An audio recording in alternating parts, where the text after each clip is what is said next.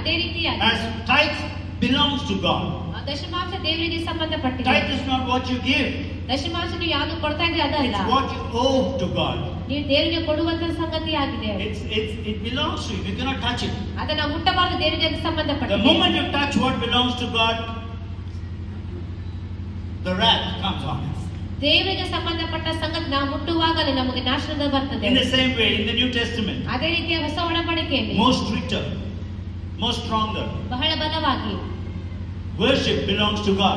ಆರಾಧನೆ ದೇವರಿಗೆ ಸಂಬಂಧಪಟ್ಟಿದೆ. Time belongs to God. ಸಮಯ ದೇವರಿಗೆ In ಸಂಬಂಧಪಟ್ಟಿದೆ. fact, everything that we are belongs to God. ನಮಗಿರುವಂತ ಎಲ್ಲವೂ ದೇವರಿಗೆ So ಸಂಬಂಧಪಟ್ಟಿದೆ. that's why Paul says, offer your body as a living sacrifice. ಅದಕ್ಕಾಗಿ ಪೌಲನು ಹೇಳ್ತಾನೆ, ನಮ್ಮ ಜೀವಿತಗಳನ್ನು, ನಮ್ಮ ಜೀವವನ್ನು ಆತನಿಗೆ ಸಜೀವ ಯಜ್ಞವಾಗಿ The ಸಮರ್ಪಿಸಬೇಕು. moment you take worship serious, then God starts moving in the city. ಆರಾಧನೆ ಗಂಭೀರವಾಗಿ ತೆಗೆದುಕೊಳ್ಳುವಾಗ ದೇವರ ಪಟ್ಟಣದ ಮೇಲೆ ಬಲವಾಗಿ ಚಲಿಸುತ್ತಾನೆ. Before building a physical temple, we need to build the holy temple in this city. ನಾವು ದೈಹಿಕವಾದ ಆಲಯವನ್ನು ಕಟ್ಟುವುದಕ್ಕಿಂತ ಮುಂಚೆ ಆತ್ಮಿಕವಾದ ಆಲಯನ Let's ಕಟ್ಟಬೇಕಾಗಿದೆ. read one scripture. ಒಂದು ವಚನ ನಾವು ಓದಿಕೊಳ್ಳೋಣ.